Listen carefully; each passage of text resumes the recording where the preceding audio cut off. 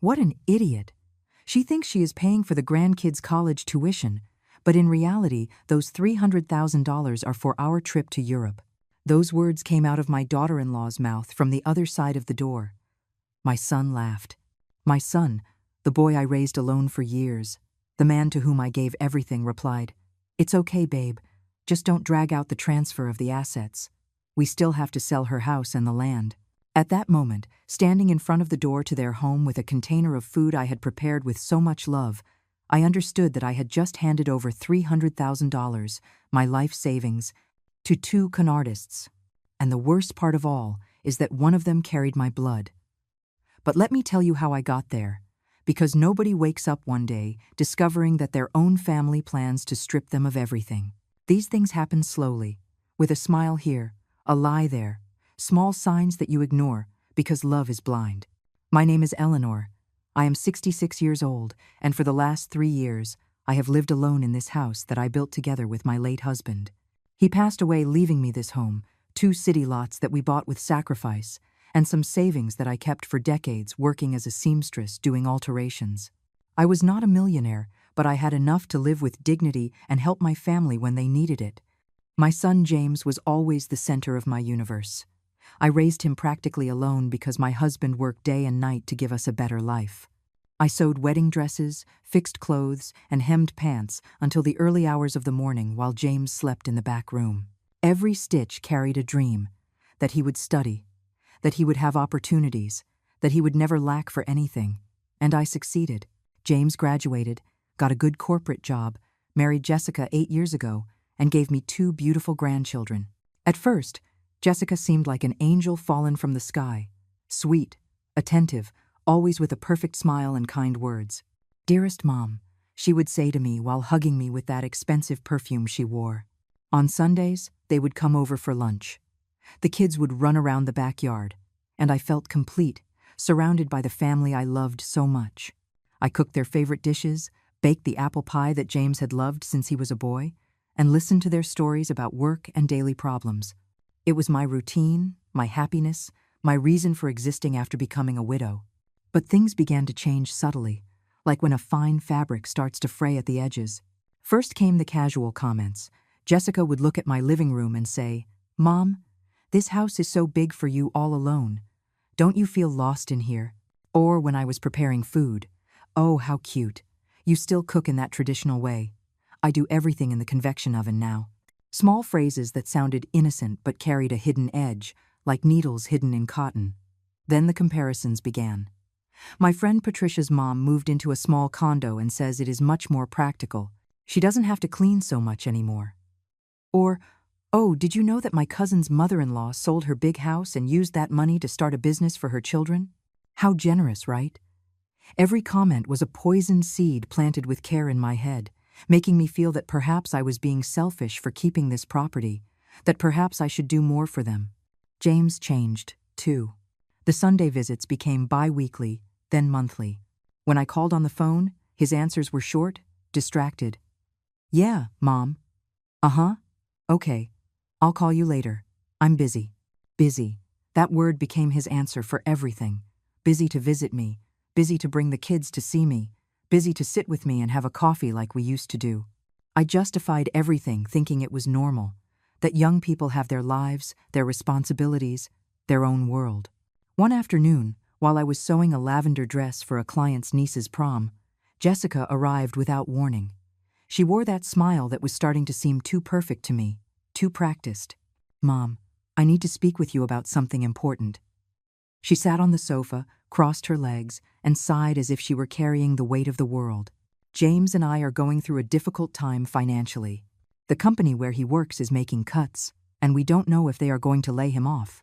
We need to make some urgent repairs on the house because there is a leak that is ruining everything." My mother's heart squeezed. "How much do you need?" I asked without thinking twice. "About $5,000, she replied, lowering her gaze as if ashamed. The next day, I went to the bank and transferred the money. She hugged me, called me her savior, and promised to pay it back soon. She never did, and I never asked for it because that is what mothers are for, right?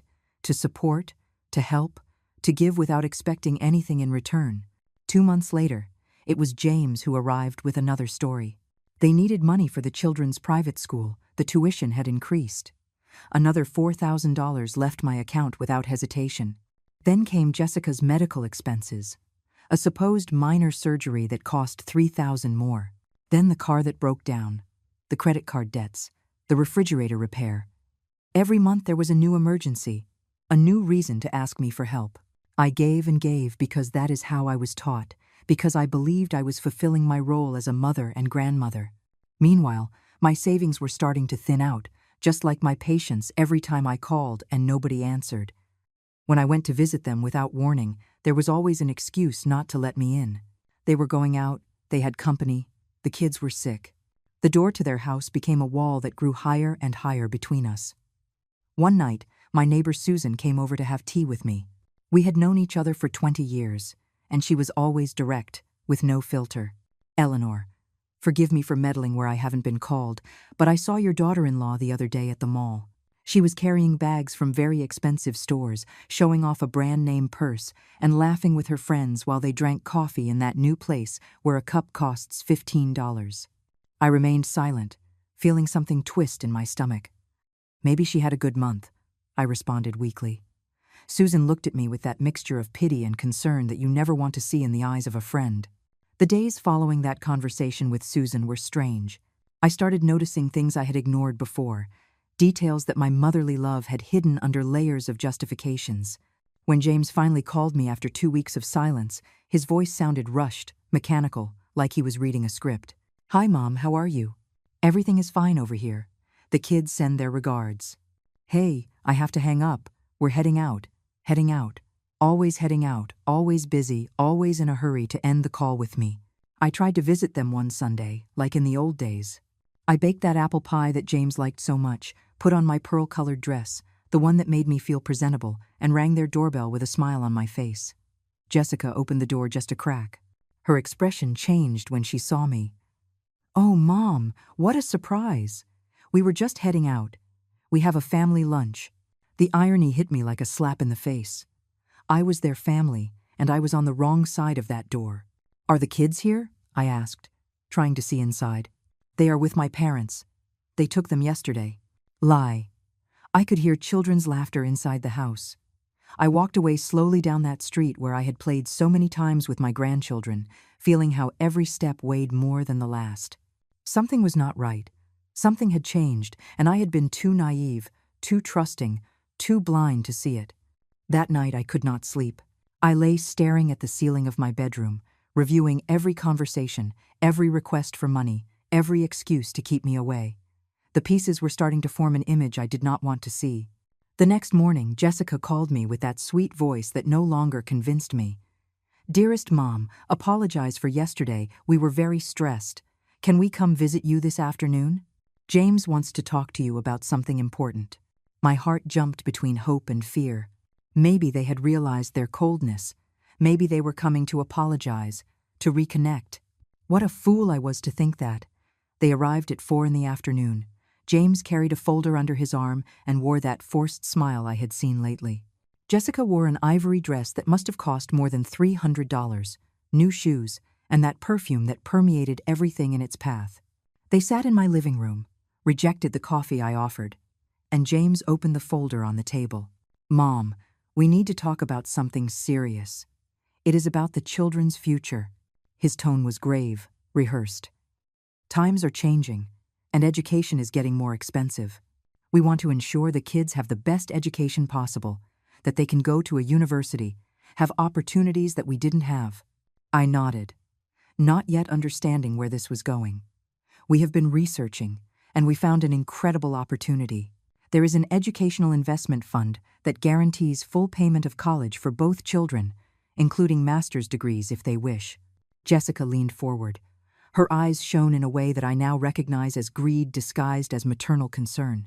"It is a unique investment, Mom. It is only available this month, and we need to act fast. Other grandparents are already securing their grandchildren's future. You have always said they are your priority, right?" "How much does it cost?" I asked, feeling my throat close up. James pulled some papers from the folder, documents full of numbers and small print that I could barely read without my glasses. $300,000. I know it sounds like a lot, but think about it. Mom, it is your grandchildren's future. It is the peace of mind of knowing that they are going to have a guaranteed education, that they will never lack that opportunity. You have those savings that Dad left, that you have kept all these years. What better use could you give them than ensuring the education of your own grandchildren? The world stopped for a moment.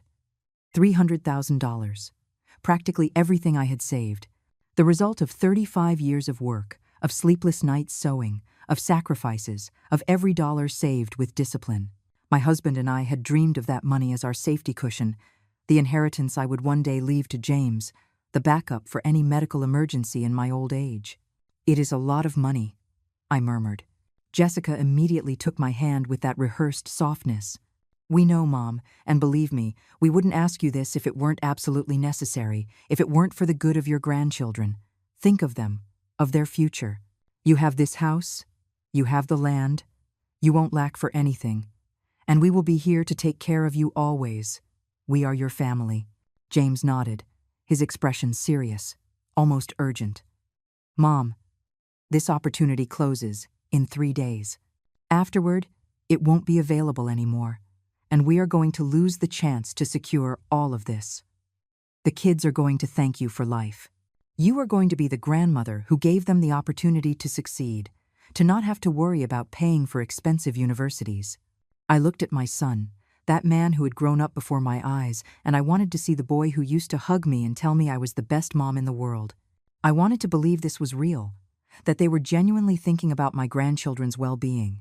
Can I see the documents calmly? I asked. James's expression changed subtly. A flash of impatience crossed his face.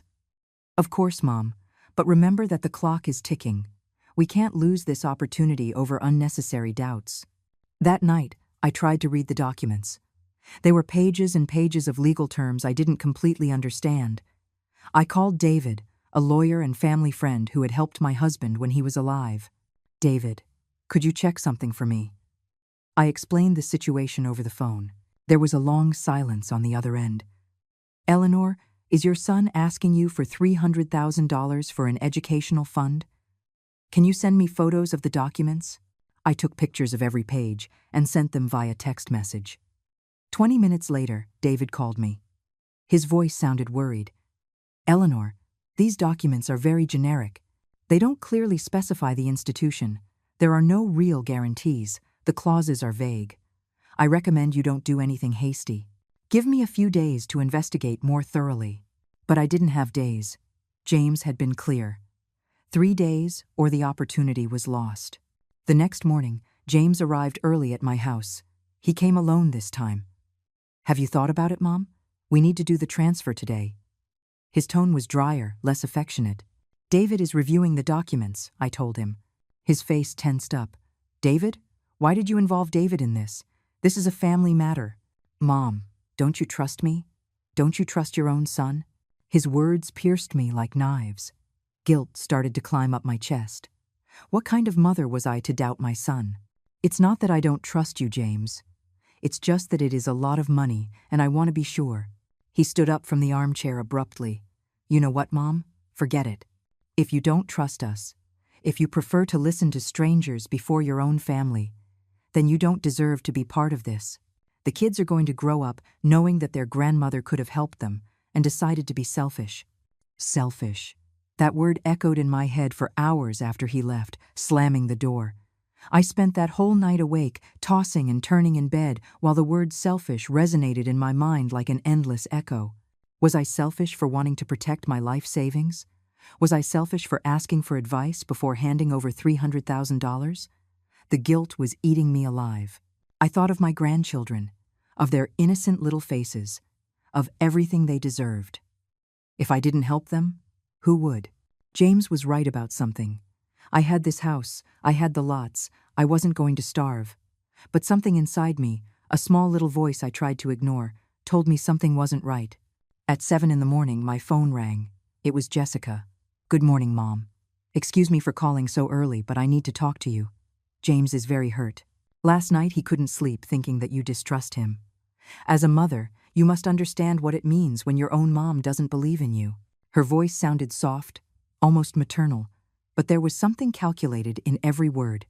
I come from a very united family, where we all support each other without hesitation. My grandmother always said family comes first, that money comes and goes, but blood remains. I felt small, ashamed. It's not that I distrust, I tried to explain. It is just that David advised me.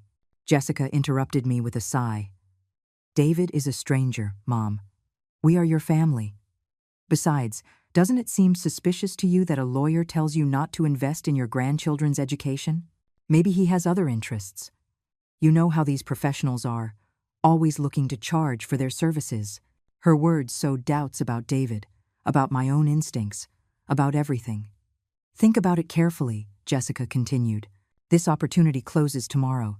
If we lose it, your grandchildren are going to have to go into debt for their whole lives to be able to study. They are going to work paying student loans for decades. Is that what you want for them?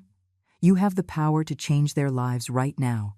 I hung up feeling dizzy, confused, trapped between the love for my grandchildren and that sense of alarm I couldn't silence. I looked around my living room, the photos of James on the wall from when he was a baby until his wedding, the images of my grandchildren on their birthdays. This was my family. These were the people I had raised, fed, loved unconditionally. How could I doubt them? That afternoon I called James. It's okay, son, I'll do the transfer. The silence on the other end lasted a few eternal seconds. Then his voice sounded relieved, almost exalted. Thanks, Mom. Thank you. You won't regret it. The kids are going to be so grateful. I'm heading over right now to help you with the process. In less than 30 minutes, he was at my door with his laptop and all the documents. We sat in the dining room where we had shared family lunches so many times. James opened his computer and began to guide me step by step. First, you need to log in to your online banking. His fingers moved fast over the keyboard. Give me your username and password to speed this up. Something in me resisted. I prefer to do it myself, I said, taking the laptop. I saw a flash of annoyance in his eyes, but he nodded. I entered my bank account and saw the number that had cost me so much to accumulate, $305,000. There was the result of 35 years of early mornings, needles in my fingers, eyes tired from sewing under dim light, every sacrifice converted into numbers on a screen. James dictated a bank account number for me to make the transfer. Whose account is this? I asked. It belongs to the investment fund, Mom. That is how it works. They receive the money and then send you all the official documentation. My hands trembled over the keyboard. Do it, Mom. You are one click away from securing your grandchildren's future. I closed my eyes and pressed confirm. $300,000 disappeared from my account in a second. James smiled widely and hugged me. You are the best mom in the world. The kids are going to be so happy when they find out. But while he hugged me, I didn't feel warmth. I felt a freezing emptiness in my stomach.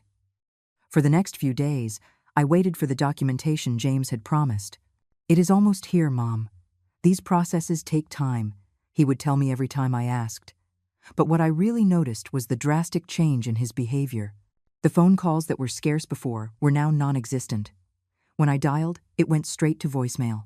The messages I sent went unanswered for hours, sometimes days. 1 week after the transfer, I decided to visit them without warning. I needed to see my grandchildren, hug them, feel that I had done the right thing. I rang the doorbell several times. I heard movement inside, voices that suddenly went quiet. Finally, Jessica opened the door with an expression that no longer tried to hide her annoyance. Mom, it is not a good time. The kids are doing homework and can't be distracted. I just want to say hello for 5 minutes, I pleaded. Today is not possible. Maybe another day. We'll let you know. And she closed the door in my face. I stood there, feeling the tears starting to burn my eyes. Something was terribly wrong. I knew it in every fiber of my being, but it was already too late. The money was gone. I walked back home slowly. Every step weighed on me as if I were carrying stones. Susan saw me from her window and came out to meet me. Eleanor, are you okay? You look pale. I couldn't hold it in anymore and told her everything. The transfer, the promises, the constant rejection. Susan hugged me while I cried on her shoulder. Oh, friend, I have to tell you something I didn't want to mention before. My heart stopped. I saw Jessica 2 days ago at a travel agency downtown. She was with James looking at packages for Europe. I heard when she told the people they wanted something exclusive, luxury, for 2 people for 3 months. Europe. 3 months. Luxury. The pieces started to fit together in a horrible way. But they said it was for the kids' college, I murmured. Susan looked at me with sadness. Eleanor, I think you should investigate that investment fund more. That night I called David and told him I had made the transfer despite his warnings. The silence on the other end was deafening. Eleanor, give me the account number where you sent the money. I am going to investigate. I gave him all the data. 2 hours later, David called me back. His voice sounded serious, worried. Eleanor, that bank account belongs to James. There is no investment fund. You transferred $300,000 directly to your son's personal account. The world collapsed around me. There was no fund. There was no educational investment. There was nothing except my son and daughter-in-law stealing my life savings. What do I do, David? My voice was barely a whisper. For now, nothing. We need proof of fraud if we want to recover that money. Did you keep the documents they gave you?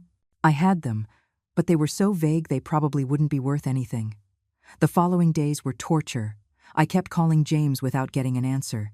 Messages were left on read but unanswered. Finally, after almost 2 weeks, Jessica replied with a cold text message. Mom, James is very busy with work. The kids are fine. When we have free time, we will visit you. Best. They didn't even bother to maintain the charade. One afternoon, desperate, I went to their house again. This time I didn't ring the bell. I stayed outside, waiting, watching. I saw when James arrived from work driving a new car, one of those sports models that cost more than $50,000. I saw him enter the house carrying bags from expensive stores. The laughter I heard from outside broke my heart. They were celebrating. They were happy. With my money, I approached the door to knock when I heard raised voices. I froze. I don't understand why you don't answer your mom's calls, I heard James say. Jessica's voice responded clear and loud. Because she already served her purpose. Babe, we already have the money. Now we just need the rest. The rest? My heart beat so fast I thought I was going to faint. I stood paralyzed on the other side of that door, holding my breath, praying they couldn't hear the beating of my heart that echoed in my ears like war drums. Jessica's voice continued, now clearer, crueler. What an idiot. She thinks she is paying for the grandkids' college tuition, but in reality, those $300,000 are for our trip to Europe. I heard my son's laugh. My son, the boy I breastfed, raised, loved with every cell of my body. His laughter was genuine, amused, as if he had just heard the best joke in the world. It's okay, babe. Just don't drag out the transfer of the assets.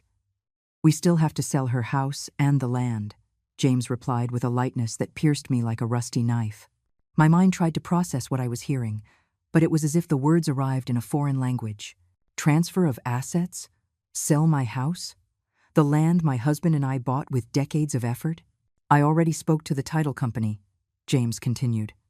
They told me the easiest thing is to convince her to donate everything to us while she's alive. That way we avoid inheritance taxes and can sell everything faster. With what we get from the house and the land added to the $300,000, we are going to have more than $500,000. Imagine, Jessica. $500,000. We can buy that beach house you like. Travel, live well. Jessica let out a loud laugh. Your mom is so naive she will believe anything we tell her. We can tell her we want to invest in a family business, that we need the properties as collateral for a loan. Whatever. She signs whatever you put in front of her, just to make you happy. The words fell on me like drops of acid, burning every illusion I had had about my family. The only thing that worries me is that she talked to that meddling lawyer, James said. What if he turns her against us? Jessica scoffed with contempt. Please, she is an old woman. She is practically senile. Besides, we already put enough guilt in her head. She feels so bad for having doubted you that now she is going to do whatever to make up for it. Reverse psychology always works with these emotional people. I felt my legs start to tremble. I leaned against the wall trying not to make noise, not to give away my presence. Every word was a revelation more painful than the last. Everything had been a lie. Every hug, every I love you, Mom, every promise, everything calculated, planned. executed with surgical precision to strip me of everything I had. And if she refuses to sign? Jessica asked. James laughed with a confidence that froze my blood. She won't refuse. She is my mother. Her whole life she has lived to please me. Besides, we are going to tell her it is for the well-being of the children, that we want to secure their future. That old woman would do anything for those brats. Brats. He called his own children brats. The grandchildren I supposedly loved so much. Perfect! Then next week we tell her the educational fund documentation arrived, and while we're at it, we bring her the donation papers. We do everything the same day so she doesn't have time to think too much, planned Jessica with a coldness that made me understand this woman was the true brain behind everything. You are brilliant, babe. That is why I love you, James said. I heard sounds of kissing, conspiratorial laughter. Meanwhile, I was on the other side of the door with my heart shattered into 1,000 pieces, still holding the container with the food I had prepared for them. Food made with love for people who saw me as a source of money, as an obstacle between them and wealth. I don't know how long I stood there, in shock, processing the magnitude of the betrayal.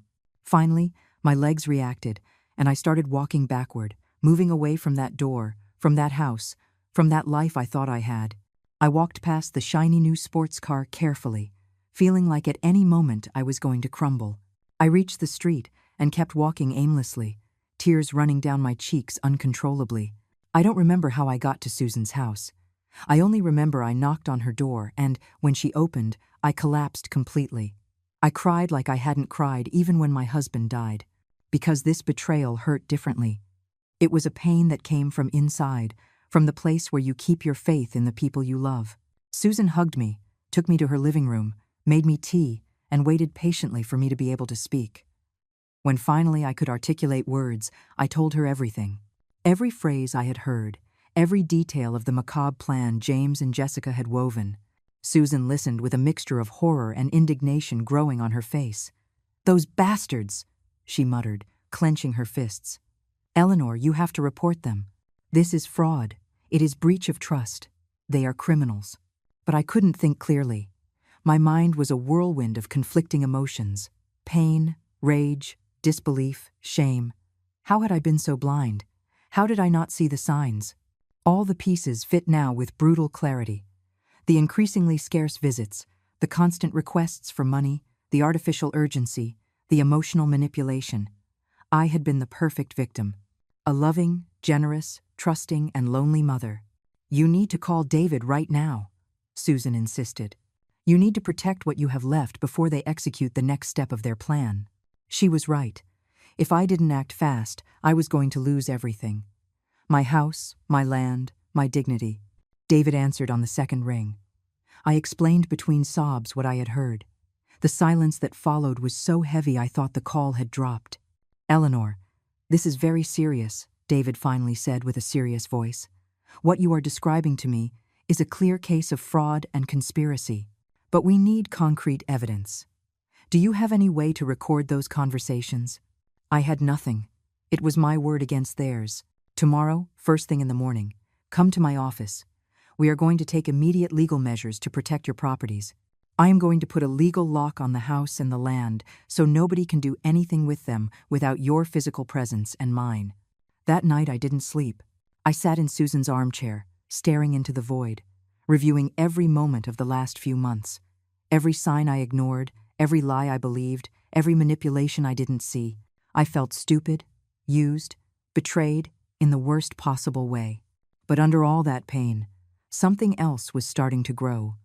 A spark of rage, of indignation, of a need for justice. At 6 in the morning, I was already awake. Susan made me breakfast, but I couldn't eat anything. My stomach was closed, my throat tight. "You have to be strong now," she told me, taking my hand. "Not for you, but to teach them the lesson they deserve. Nobody can do this and get away with it. Nobody." Her words ignited something inside me. She was right. I couldn't let myself be defeated. I couldn't allow them to steal everything from me without a fight. At 9 o'clock sharp, I was in David's office. He already had several documents prepared. "First, we are going to make a formal statement of what you heard. Second, I am going to register a legal lien on all your properties. Third, we are going to check your bank accounts and change all your passwords and access. Fourth, we are going to explore legal options to recover the $300,000. I signed papers for hours. Every signature was an act of resistance, a refusal to be the passive victim they expected. David was clear with me. Recovering the money is going to be difficult. They can allege it was a gift, a voluntary donation. But if we manage to prove fraud through deception, we have a chance. The most important thing now is that you protect what you have left. I left that office feeling different. I was still hurt, still betrayed, but I no longer felt helpless. I had a plan, I had legal protection, and I had something more important. I had clarity about who the people I called family really were. For the next 3 days, I dedicated myself to preparing for what was coming. David explained that we needed solid evidence if we wanted to have any chance of recovering my money and stopping James and Jessica from continuing with their plan. What you heard is enough to alert us. But in court, we need something tangible. Audio, messages, documents. Something that demonstrates without a doubt that there was an intent to deceive you, he explained while we reviewed options. Susan, who had become my accomplice and unconditional support, had an idea. Eleanor, what if you make them talk again, but this time with your phone recording? The idea terrified and thrilled me at the same time. Could I do it? Could I face him knowing what I knew, feigning ignorance while recording every incriminating word that came out of their mouths? David nodded thoughtfully. It is risky, but it is our best option. You need them to confess their plan themselves, to talk about the money, the supposed college fund, the plan to keep your properties. If you achieve that, we have a solid case. He taught me how to use the voice recorder on my phone, how to position it to capture the audio well, how to ask questions that would lead them to confess without them suspecting. I practiced for hours in front of the mirror. I had to be convincing. I had to seem like the same naive and trusting woman they believed I was. I couldn't let them see the rage boiling under my skin, the pain splitting my chest every time I thought of their betrayal. I had to act, become an actress in my own tragedy. On the 4th day, I took a deep breath and dialed James's number. He answered on the 3rd ring. His voice sounded surprised. "Mom? What happened?" I swallowed hard and forced my voice to sound shaky. Vulnerable. "Son, I need to see you. I am very worried. Weeks have passed and I haven't received any documents from that educational fund. Plus, the bank called me asking about the large transfer I made. I'm scared.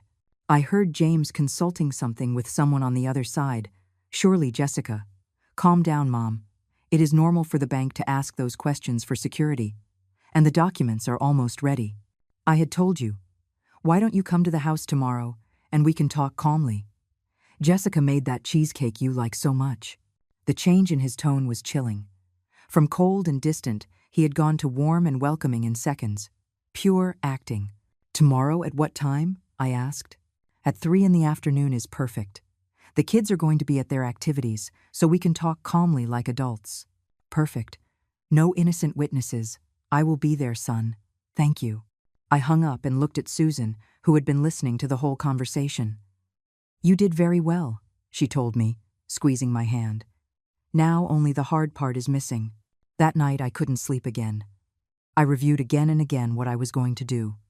David had given me clear instructions.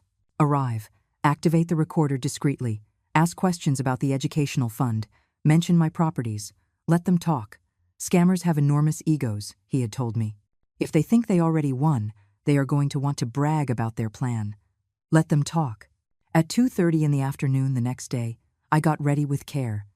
I put on my cream-colored dress, the one I always used for important occasions. I put on light makeup to not look like I had spent nights crying. I put my phone in my jacket pocket, with the recorder already activated. Susan accompanied me to the door of my house. "You are brave, Eleanor. You are stronger than they ever imagined. Now go and show them who you really are." I drove to James's house, with my hands sweating on the steering wheel. Every traffic light seemed to last an eternity. When I arrived, I saw the new car parked in the driveway, that bright red sports car they had bought with my money. I took 3 deep breaths before getting out of the car. I could do this. I had to do it. I rang the doorbell, and Jessica opened with a huge, fake, perfectly calculated smile. "Dearest Mom, so good you came. Come in, come in. She hugged me, and her expensive perfume made me dizzy. Everything about her screamed luxury: the new watch on her wrist, the diamond earrings, the silk blouse, all paid for with the savings I had accumulated sewing for decades. James was sitting in the living room, relaxed, with a glass of wine in his hand. "Hi, Mom. Sit down, make yourself comfortable." I sat in the armchair facing them, positioning myself so that the phone in my pocket could capture the audio well. Jessica brought coffee and that cheesecake James mentioned. The smell turned my stomach, but I smiled and accepted a piece. "Well, Mom, I know you are worried about the educational fund documents," James began with a soothing tone. "The truth is there is a small administrative delay, but nothing to worry about. Everything is in order." I nodded, playing my part. "It is just that almost 3 weeks have passed, son, and it was so much money. $300,000, my life savings." Jessica intervened with that honeyed voice I now recognized as completely fake. "We know, Mom, and believe me, we value your generosity very much. Your grandchildren are going to have the best education thanks to you. They are going to study at the best universities. They are going to have incredible opportunities." I let a few seconds pass before continuing with my next question, the most important one. "Son, the other day I was thinking, you guys are right that this house is very big for me alone, and I have been considering what you said a few months ago about doing the transfer of assets while alive." I saw how James's eyes lit up like a predator watching its prey approach voluntarily. "Yes, you are considering it seriously?" "Yes," I lied, feeling dirty inside. "It is just that I don't want you to have to deal with taxes and complicated paperwork when I am gone. If I transfer everything to you now, the house and the 2 lots, it would be easier for everyone, right?"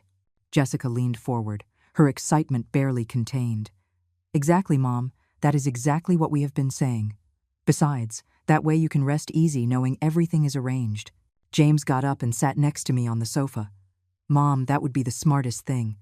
Look, I am going to be honest with you." My heart beat faster. Here it came. "Jessica and I have been looking at investment options. With the properties you transfer to us, we can get loans to invest in very profitable businesses. We are talking about multiplying that value in a few years, and all that would eventually be for the kids, too." "What kind of businesses?" I asked, feigning interest. Jessica responded quickly. "Real estate mainly, buying properties, remodeling them, and selling them. It is a very profitable market right now. In fact, we already have buyers interested in one of your lots. We could sell it for more than $100,000. "You already have buyers?" I asked, feigning surprise. James nodded enthusiastically. "Yes, Mom. That is why it is important we do the transfer soon. We can't lose these opportunities. Imagine, with the money from the sale of the lots and eventually from this house, added to what you already invested in the kids, we are going to be very well off financially. And you don't have to worry about anything. We are going to take care of everything." "And where would I live if we sell the house?" I asked with a small voice. Jessica took my hand with that falseness that made me want to scream. "Oh, Mom, don't worry about that. We can get you a small, comfortable apartment. Something modern, easy to maintain. Or you could even live with us for a season while we find something perfect for you," James continued. "Besides, Mom, let's be realistic. This house needs a lot of repairs. The roof, the plumbing, the floors. It is going to require a big investment soon. It is better to sell it now that it is in relatively good condition and get a good price. We handle the whole process. You just have to sign the papers. And the educational fund documents?" I insisted. I needed everything recorded. James exchanged a quick look with Jessica before responding. "Well, Mom, being completely honest with you, we are using that money in a smarter way than we initially thought." My stomach contracted, but I kept my expression neutral, expectant. "What do you mean, son?" Jessica settled into the armchair, crossed her legs, and with a smile that tried to be reassuring explained. "You see, Mom, after analyzing the options well, we realized that investing that money directly in the children's education was not the most profitable thing. The kids are still small. Years are left before college. So we decided to use those $300,000 for investments that generate more money. That way, when the moment comes to pay for college, we are going to have much more than the original $300,000. "Exact," added James with enthusiasm, completely oblivious that every word was being recorded on my phone. For example, we are planning a business trip to Europe. We are going to spend 3 months visiting possible business partners, exploring markets, making important contacts. It is an investment in our professional future that is eventually going to benefit the whole family, including the kids. It was hard to keep a poker face. Business trip? 3 months in Europe? They really believed I was so stupid I would swallow any lie they told me. Sounds interesting, I said with a trembling voice. And when do you plan to take that trip? Jessica practically glowed with excitement. In 2 months. We are already making the reservations. We are going to Paris, Rome, Barcelona, London. They are key cities for the businesses we want to develop. James got up and went to look for something in his study. He returned with a folder. In fact, Mom, taking advantage of you being here, I brought you the property transfer documents. If you sign them today, we can start the process immediately and have everything ready before our trip. He opened the folder and took out several papers. Look, here is the deed of gift for the house. Here for the 2 lots. We just need your signatures, and we are going to take them to the title company tomorrow ourselves. I took the documents with trembling hands. This time the trembling was real. There it all was, black on white, the complete transfer of my properties to James's name. If I signed those papers, I would be left with nothing. No house, no land, no savings, no family. I would be a 66-year-old woman, completely destitute thanks to the greed of her own son. It is a lot to process, I said, leaving the papers on the table. Jessica tensed slightly. What is there to process, Mom? It is simple. You sign, we take care of everything, and you live calmly knowing you are securing your family's future. There was a note of impatience in her voice. She couldn't hide completely. It is just that. It is my house, I said with a broken voice. And this time, I wasn't acting. It really hurt. The house where I lived with my husband for 30 years, where I raised James, where all my memories are. James sighed with exaggerated patience, as if he were dealing with a capricious child. Mom, I understand there is sentimental value, but you have to be practical. Memories are in your heart, not in the walls. And think of your grandchildren. Don't you want them to have a better future? Always the grandchildren. They always use those innocent children as a shield for their greed. Of course I want the best for them, I responded. It is just that I need time to think about it. To talk to David maybe, so he can explain the legal and tax implications well. The reaction was immediate. James's face hardened. Again with David. Mom, that man doesn't have your best interests in mind. Lawyers just want to charge you for expensive consultations. Jessica intervened with more harshness than she had shown until now. Mom, with all due respect, you already gave us $300,000 without consulting anyone. Why do you want to talk to lawyers now? Do you simply not trust us anymore? Because if that is the case, maybe you should tell us clearly. Her mask of the sweet daughter-in-law was starting to crack. It's not that, I hurried to say, maintaining my role of the insecure and easily manipulatable woman. I just want to be sure everything is done correctly. It's just that the bank scared me when they called. They asked me so many questions about the transfer. They said it was unusual to transfer so much money at once. They even asked me if someone was forcing me to do it. I saw James and Jessica exchange looks of concern. What did you tell them? Asked James with a sharper tone. I told them the truth, that it was for my grandchildren's education. Did I do wrong? He breathed a sigh of relief. No, you didn't do wrong. It is just that banks are very meticulous now with large transfers. But don't worry, everything is in order. They have no reason to keep bothering you.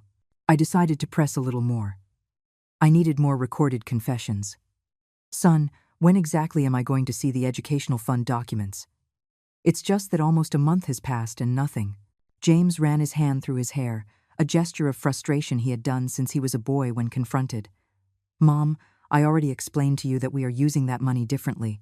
There are no educational fund documents because we decided to invest directly in businesses. It is better this way, believe me. But you told me it was specifically for a fund that guaranteed the kids' college. I insisted with a soft but firm voice. You showed me papers, figures. You said it was a unique opportunity that closed in 3 days. Jessica let out a nervous laugh. Well, Mom, things change. Plans adapt. The important thing is that that money is being used well for everyone's benefit. Where exactly is that money right now? I asked, looking him directly in the eyes. James shifted uncomfortably in his seat. It is in investments.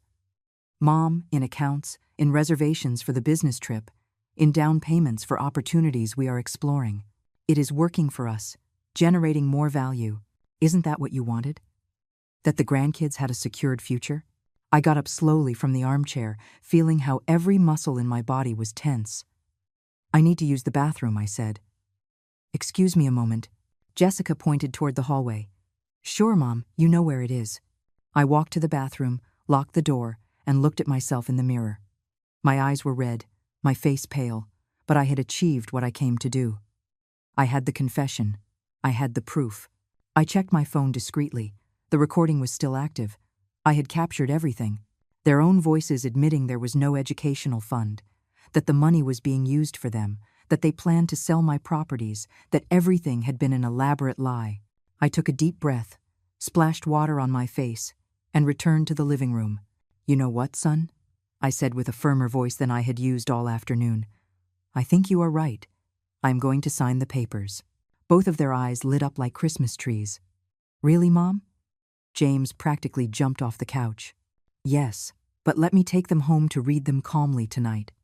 Tomorrow I will stop by the notary and sign them there directly.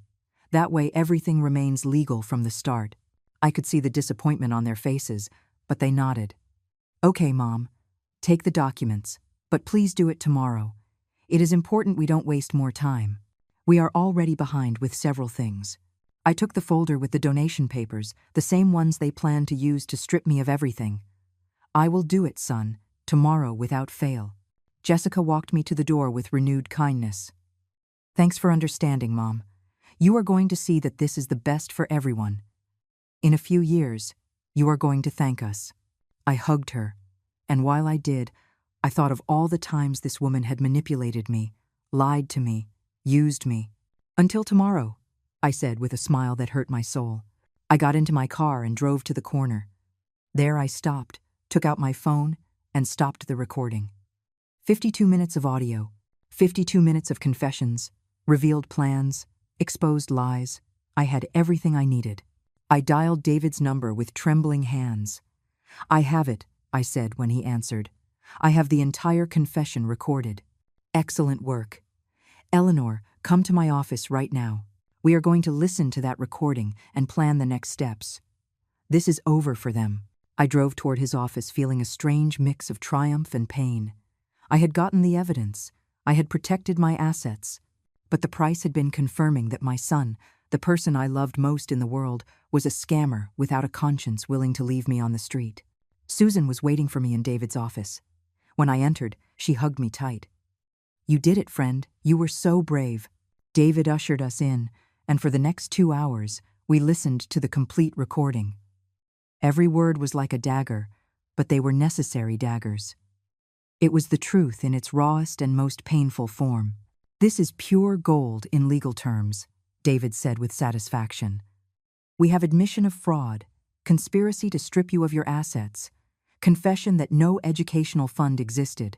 With this, we can file criminal charges if you want, and we can definitely sue for the return of the money. Criminal charges, I repeated, feeling my voice crack. One thing was protecting myself, recovering my money, preventing them from stealing more. Another very different thing was sending my own son to jail.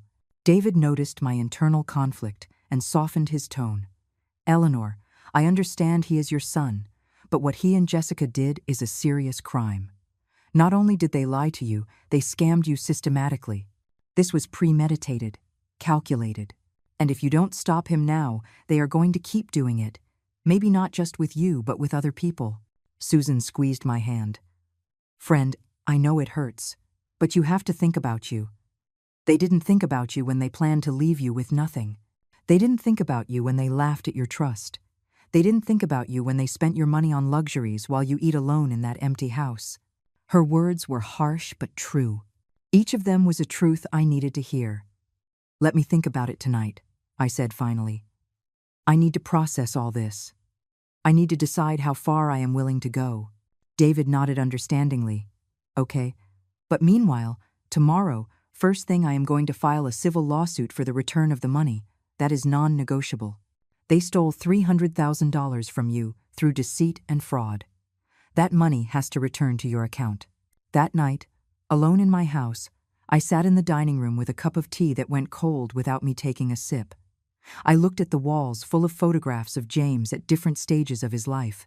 The smiling baby in my arms, the proud boy on his first day of school, the teenager graduating, the man at his wedding.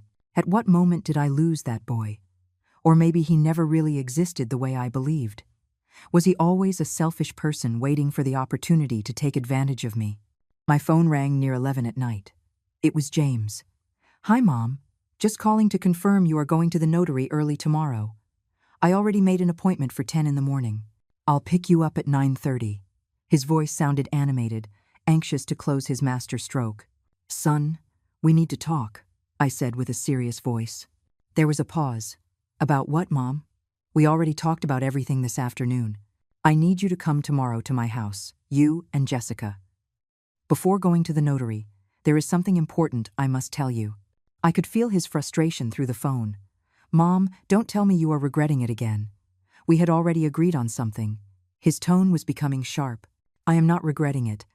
I just need you to come. At 9 in the morning. It is important." "All right," he replied with an exaggerated sigh. "We will be there. But make it fast because the appointment with the notary can't be moved." He hung up without saying goodbye. Not even an "I love you, Mom," as he used to do when he was a boy. Or maybe he had never said it sincerely, and I simply wanted to believe it. I called David. "Tomorrow at 9 in the morning they are coming to my house. I want to confront them with the evidence. I want them to know that I know everything." David remained silent for a few seconds. "Are you sure? We could handle this legally without direct confrontation. But I needed this. I needed to see their faces when they knew their plan had failed. I needed them to know I wasn't the stupid old woman they thought I was. I want you there, David, as my lawyer. And Susan is also going to be present as a witness." David accepted. "Okay. I will arrive at 8:30 to prepare everything. And Eleanor, you are going to need to be very strong. They are going to deny. They are going to cry. They are going to manipulate. You are going to have to stand firm." I knew it. I knew my son. I knew his tactics. But this time I had something he didn't expect. Irrefutable proof. The next morning I got up before sunrise. I showered, dressed in my gray suit, the one I used for formal occasions. I applied makeup carefully to hide the dark circles from so many sleepless nights. I wanted to look strong, dignified, not like the shattered victim I felt inside. David arrived punctually at 8:30 with his briefcase full of legal documents. Susan arrived minutes later with coffee for everyone. We organized the living room like a small court. David sat in an armchair with his documents. I sat in my favorite chair, the one that had been my husband's. Susan stood near the window. At 9 o'clock sharp, the doorbell rang. I took a deep breath, got up, and opened the door. James and Jessica entered with forced smiles that froze when they saw David and Susan. "What is this, Mom?" asked James with a tense voice. "Why is David here?" I invited them to sit with a gesture. Jessica settled on the sofa with a cautious expression, her eyes moving between all of us trying to decipher what was happening. James remained standing, clearly uncomfortable. "Sit down, son," I said with a firm voice. Something in my tone made him obey. "I called you because we have to talk about something very serious," I began. My hands trembled slightly, but my voice remained stable. "Yesterday when I went to your house, you told me many things. You told me about the educational fund that turned out not to exist. You told me about using my money for a trip to Europe. You explained your plans to sell my properties. I saw how both paled gradually. I also heard other things," I continued, taking out my phone. "For example, a few days ago I went to visit you without warning. The door was ajar, and I heard a very interesting conversation." Jessica went rigid. James started to shake his head. "I don't know what you are talking about, Mom." I smiled without humor. "No? Let me refresh your memory." I pressed play on my phone. Jessica's voice filled the room, clear and sharp. What an idiot. She thinks she is paying for the grandkids' college tuition, but in reality, those $300,000 are for our trip to Europe. James's laughter followed. His own voice saying, "It's okay, babe, just don't drag out the transfer of the assets. We still have to sell her house and the land." I saw how the color completely disappeared from their faces. Jessica opened her mouth, but no sound came out. James stood up abruptly. "Turn that off. You have no right to record private conversations." David intervened with a professional and cold voice. "Actually, in this jurisdiction, she does have the right. And there is more. Much more." I nodded and let the recording from yesterday continue playing, where they themselves confessed their entire plan. When it finished, the silence in the room was so thick it could be cut with a knife. Jessica was the first to react. "Mom, this is a misunderstanding. We were joking. You know how couples are. Sometimes one says things that aren't serious." Her voice sounded desperate, the mask of sweetness completely destroyed. "Joking?" I repeated with incredulity. "Calling me an idiot is a joke? Planning to leave me homeless is a joke? Stealing my life savings is a joke?" James approached me with hands extended. "Mom, listen to me. Yes, maybe we said some incorrect things, but it was never our intention to hurt you. The money really is for the kids, only we are handling it differently." "Lie," I said, standing up to face him. "Every word that came out of your mouth was a lie. There is no educational fund. There never was. You deceived me, manipulated me, used your own children as an excuse to rob me. And the worst part of all is that you don't feel even a pinch of remorse." I saw something in his eyes then, something I had never seen before. Pure resentment, without filters. "Do you want to know the truth, Mom?" he said with a hard voice. "The truth is that we deserved that money. All my life I had to hear about your sacrifices, about how much you worked, about everything you did for me, as if I had asked you for it. I didn't ask to be born. I didn't ask you to kill yourself working. That was your decision. And now that you finally have money, what were you going to do with it? Leave it in the bank until you die? We can use it now, enjoy it, live well." His words hit me like physical slaps. This wasn't my son. Or maybe he was, and I never wanted to see it. Jessica tried to shut him up, but he continued, the floodgates of his true self finally open. "Besides, technically that money is mine anyway. It is my inheritance. I am just taking it in advance." David stood up. "James, I suggest you shut up right now. Every word you say is worsening your legal situation." James laughed bitterly. "Legal situation? She is my mother. She is not going to sue me. She doesn't have the guts." He looked at me with contempt. "All your life you have been weak, Mom. Always yielding, always pleasing, always seeking approval. That is why it was so easy. Those words were the catalyst I needed. All the doubt, all the guilt, all the pain I had been feeling transformed into something different. Absolute clarity. I looked at this man in front of me, this stranger wearing my son's face, and finally saw him as he was. He wasn't Jessica's victim. He wasn't a good man who made a mistake. He was a predator who had been waiting patiently for his chance to attack. "You are right about something, James," I said with a calm voice that even surprised me. I was weak. I was compliant. But that ended today. I turned toward David. "I want to file all possible charges, civil and criminal. I want to recover every penny of my money, and I want them to face the legal consequences of what they did." The arrogance on James's face turned into shock. "You aren't serious." David opened his briefcase and took out several documents. "Oh, she is very serious. I have here a civil lawsuit for $300,000, plus interest and damages. I also have a criminal complaint for fraud, obtaining money by deception, and conspiracy to commit additional fraud. And we have all the necessary evidence to proceed." Jessica finally exploded. "This is ridiculous. You can't do this to us. We are your family." She stood up from the sofa with clenched fists. "You gave us that money voluntarily. Nobody forced you. There is no fraud here." Susan, who had remained quiet until now, intervened. "You forced her with lies. You told her it was for her grandchildren's education. That is fraud by definition. Besides," continued David, taking out more papers, "we have the recording where you admit yourselves that there was no educational fund, that you planned to use the money for yourselves, and that you also conspired to strip Eleanor of her properties through further deceit. This is not a difficult case to prove. It is quite simple, actually." James approached me with an expression that tried to be pleading, but couldn't hide the underlying rage. Mom, don't do this. Think of the kids. Do you want your grandkids to grow up knowing their grandmother put their father in jail? Using those children once again as a shield. Your children are going to grow up, I responded with a firm voice. And someday I am going to tell them the truth about what their parents tried to do to me. And they are going to understand that defending your dignity isn't a crime. Stealing from your own mother is. Jessica changed tactics, her eyes filled with instant tears.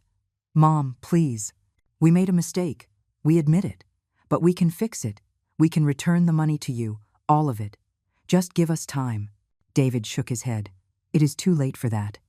You already spent a large part of the money. The new $50,000 car. The reservations for Europe that cost another $30,000. The designer clothes. The jewelry. Where are you going to get $300,000 to return? We can sell the car, said James desperately. We can cancel the trip. We can make payments. Please, Mom, don't destroy your own family over money. I laughed without humor. I destroy my family? You destroyed this family the day you decided to see me as a source of money instead of a human being who loved you. You turned me into your victim. I am just defending myself. David began to explain the legal process. Eleanor will file the civil lawsuit today. The judge will issue a freezing order on all your accounts until the case is resolved. We will also request the seizure of the automobile and any other asset bought with the defrauded money. As for the criminal charges, that depends on if Eleanor decides to proceed. But I warn you that with the evidence we have, a conviction is practically certain. Freezing of accounts. Jessica paled even more. You can't do that. We have expenses, commitments, the kids. Susan interrupted her coldly. You should have thought about your children before stealing from their grandmother. You should have thought about the consequences before planning to leave her with nothing. Actions have consequences, Jessica. Welcome to reality. James looked around like a cornered animal, looking for an exit that didn't exist. Okay. What do you want? What do we have to do so you don't file those charges? His voice had lost all arrogance. Now it sounded small, scared. I want my money back. The complete $300,000. In my account. This week, I said without hesitating. It is impossible, he whispered. We don't have that much money available. David shrugged. Then you will have to get it. Sell the car, ask for loans, mortgage whatever you have. It is not Eleanor's problem how you get it, only that you do. And furthermore, I want you to sign a document where you renounce any future claim on Eleanor's properties. Never again are you going to be able to touch her house or her land. And one more thing, I added, feeling my voice become stronger with every word. I want you to tell the truth to the whole family. To your uncles, to your cousins, to your grandparents who still live. I want everyone to know what you tried to do. I am not going to allow you to paint me as the villain of this story. James shook his head repeatedly. They are going to hate us. They are going to cut all contact with us. Well, I said, crossing my arms, then you will know how it feels to be rejected by your own family. Maybe it gives you perspective. Jessica let herself fall onto the sofa, crying now without control. But I no longer felt compassion. I had seen her true face. These tears were just another manipulation, another desperate attempt to move me. It wasn't going to work. David continued with the details. You have until Friday to deposit the $300,000 into Eleanor's account. If you don't do it, we will proceed with all charges first thing Monday morning. The car will be seized tomorrow as part of the evidence of fraud. The reservations for Europe obviously get cancelled. And you are going to sign the rights waiver documents today, before leaving here. How are we going to get $300,000 in 3 days? Shouted James with despair. I don't know, and I don't care. I responded with a coldness I didn't know I possessed. Maybe ask Jessica's parents for help, those who are supposedly so united and generous. Or maybe get a loan, or maybe sell things. What you do is your problem. My only problem is recovering what is mine. Susan approached and put a hand on my shoulder in a sign of support. And while you look for how to get the money, remember every night how you laughed at her, how you called her an idiot, how you planned to leave her without a roof over her head. Maybe that gives you the necessary motivation to comply. Her words were harsh but necessary. These two needed to understand the gravity of what they had done. David took out the rights waiver documents. These papers establish that James and Jessica permanently renounce any claim on the house located at this address and the 2 lots registered under Eleanor's name. This is irrevocable. Even after her death, these properties will not form part of James's inheritance. Sign here, here, and here. He pointed to the lines with his pen. James took the pen with a trembling hand. Mom, please, don't do this to me. I am your son. He looked at me with eyes seeking the compliant woman I had always been. But that woman had died the day I heard his truth on the other side of the door. Sign, I said simply. And he did. Jessica also signed, her tears staining the paper. Now, said David, putting the signed documents in his briefcase, let's make something very clear. If you try to approach Eleanor to intimidate her, manipulate her, or threaten her in any way, that will be additional evidence for the criminal charges. If you contact other family members to pressure her, that will also count against you. Your best option is to get the money, deposit it, and pray that Eleanor is merciful. And if we do it? Asked James with a hoarse voice. If we return all the money, you won't file the criminal charges? I looked at him for a long moment. Part of me, that part that was still a mother, wanted to say yes. But another part, the part that had learned a brutal lesson about human nature, knew that would be a mistake. If you return the complete money by Friday, I said finally, I won't file the criminal charges, but I am going to keep the civil lawsuit on file in case you ever try something similar. And our contact from now on will be minimal and supervised. What does that mean? Asked Jessica, wiping her tears. It means, I explained with pain in my chest, that I am not going to pretend we are a happy family. I am not going to your dinners. I am not going to celebrate holidays with you. You broke something that cannot be repaired. Regarding my grandchildren, when they are big enough to understand, they will decide if they want to have contact with me. But I am not going to allow you to use me to continue manipulating them. The silence that followed was absolute. James and Jessica looked at each other, the reality of their situation finally penetrating their minds. They had lost. Their perfect plan, their master stroke, had collapsed completely. And now they faced the consequences of their greed. David handed them a copy of all the documents. You have my number. When you deposit the money, notify me immediately. And remember, Friday at the latest, not a minute later. They got up to leave, defeated, destroyed. James stopped at the door and looked at me one last time. For a moment I thought he was going to apologize, that maybe some humanity remained in him. But what he said was, This isn't over, Mom. You are going to regret it. David immediately took out his phone. Thanks for that threat. It was recorded. Now I have more evidence in case I need it. James left, slamming the door. Jessica followed him in silence. When the sound of their car faded into the distance, my legs finally gave way. I let myself fall into the armchair while all the weight of what had just happened hit me like a wave. I had confronted my son. I had destroyed any possibility of reconciliation. I had chosen my dignity over my family. Susan sat next to me and hugged me while I cried. They weren't tears of regret. They were tears of mourning. I was mourning the death of an illusion, the loss of a son who maybe never existed the way I believed. You did the right thing, Susan whispered to me. You were brave. You were strong. I am so proud of you. Her words comforted me, but they didn't fill the void I felt in my chest. David explained the next steps to me while preparing more documents. I am going to monitor their accounts. If they try to move money or hide assets, I will know. I am also going to contact some of my colleagues to ensure they can't get loans using your properties as collateral. You are going to be protected, Eleanor. I promise you. I nodded, grateful to have someone on my side who really cared about my well-being. The following days were the strangest of my life. My phone rang constantly with calls from unknown numbers that I didn't answer.